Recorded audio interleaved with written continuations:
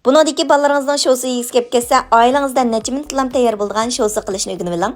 Sirtninkidimi yeyishlik, gamshanchilik, ham pokiz. Buni qanday qatdimki, qaynamiz birlikda o'rganaylik.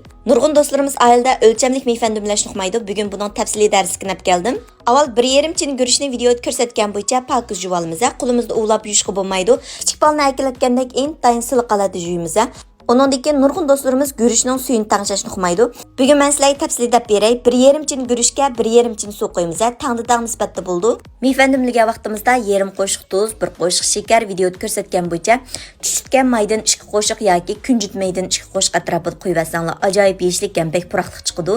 Videoda ko'rsatgan bo'yicha 3 tal tuxumni tekshirlashtirib olamiz. Hamda tuxum po'shqilining yaxshi chiqishi uchun videoda ko'rsatgan bo'yicha yarım piyola suvga ozroq tuz, 1 qo'shiq atrofida qunaq kraxmal silib tekshirlashtirib olgandan keyin tuxum qo'yib, buni mu tekshir chilib olamiz. Ko'rib misha kapsizlar do'stlar, qo'shmaganlar qo'shib olinglar. Cho'ng taqsiliq qorma, har xil taom, pishiriq, ichimlik, murabba. Bozorlik sovuq say darsimizni 60 xil darsni 10 qo'yib bilagunalaysiz.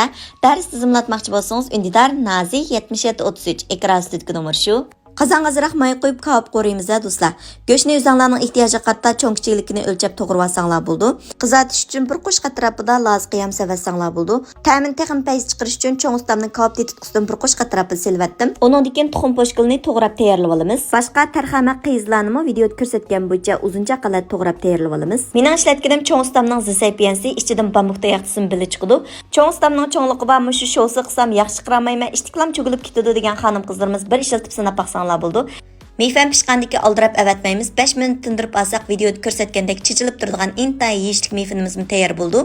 Endi buning ustiga qo'rg'an kunjutdan 1 qo'shiq, yanaq maydan 1 qo'shiq silib tekshir elashtirib olsak intayin quvvatli ham yeyishlik bo'lgan sho'sining meyfani tayyor bo'ldi.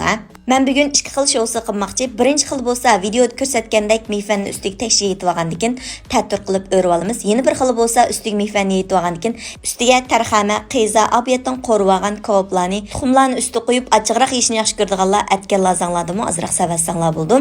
Undan keyin kunjut qiyam bo'lsa, kunjut qiyami yoki bo'lmasa pandir qiyamni videoda ko'rsatgan bo'yicha azroq sepib olsanglar ta'miga tam qo'shadi.